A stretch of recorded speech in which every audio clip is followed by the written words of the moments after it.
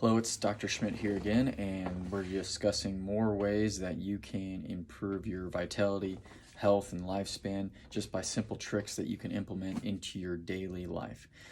So to continue on this feeding food section that we're doing is we want to start covering this fasting, intermittent fasting, or time-restricted feeding thing. So whenever we're looking at intermittent fasting, someone would say, I fasted for 16 hours. That means they didn't consume any calories. They only drank water for 16 hours, right? Which means they're eating in an 8-hour window, which would be the time restricted feeding window, right? So that's just a different way to say the same thing. You're either fasting or you're feeding, right? So fasting for 16 hours means you're not eating any calories. Feeding for the other 8, and caloric restriction is not necessarily a part of that. It's just you're eating in a certain window and you're not eating in a certain window, okay? So they say the typical is 16, 14 or 16 for fasting, and then the 8 to 10 hour window, which means no snacking outside of that. You cannot consume any calories, okay? That's what all this is based off of. So the first big effect that we want to go over for just that fasting and feeding window is it makes your gut microbiome super diverse. All the different populations of the microbes can grow, and it's very clear in the research that the more diverse your microbiome is, the more different species of bacteria you have in your gut and in your intestines, the healthier you will be overall. Right? So when we're looking at their jobs, they're gonna make more vitamins for us. They're gonna affect our hormones somehow. They affect our circadian rhythm, our energy. They produce all kinds of amazing byproducts for us, but that only happens if it's super diverse in the populations. And it also only happens if you are consuming, when you are eating, you're consuming those fibers, those great dietary fibers like beans and lentils and vegetables, so that they can munch on those even more to produce more B vitamins and all these other amazing things for us. So that's the first big effect, is it makes your microbiota super diverse, which is what everybody wants. You can take all the probiotics in the world. If you do this, it will make this diverse as well. You want to add the probiotics? Great. But if you do this, it's going to make it more diverse.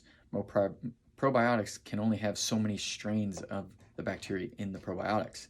When you are fasting, you're just implementing that to a very large scale, right? All right, moving on. So the next thing is there was some research done on some rats, right? It is rats. Well, we can kind of see what happens with humans. They don't have a good study on it yet. But with rats, what they did with this intermittent fasting or this feeding window is they did where they were trying to see the longevity or the increase in lifespan. So they showed that if you have a caloric restriction of like 10 to 20% of the daily average human consumption, you had an increase in life expectancy by 10%.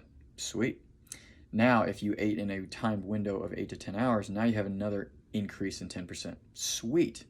Then they found that if you ate in your feeding, like where your genetic rhythm is for feeding, you increased it another 15%. So now you're sitting at a total of 35% increase in life expectancy for these rats if they had a feeding window, slight calorie restriction, and for rats, they ate only at night. They did not eat in the daytime, right? So for humans, to extrapolate that, you would say eat in the daytime and not at the nighttime, right? So that is another benefit effect of time restricted feeding or intermittent fasting. The next one you want to look at is what it does to the brain, right? I love the brain. So whenever you're looking at the time restricted feeding, it drastically improves the GABA levels, which is, we know, very good for inhibiting things, being able to shut down things, shut off things. That's what meditation does. You need it to help you sleep at night. It also improves your prefrontal cortex working with brain-derived neurotropic factor, which is your ability to learn and consolidate memories and learn new skills, and your brain just works better and clearer, and you're going to feel clearer and more focused whenever you have more brain-derived neurotropic factor floating around.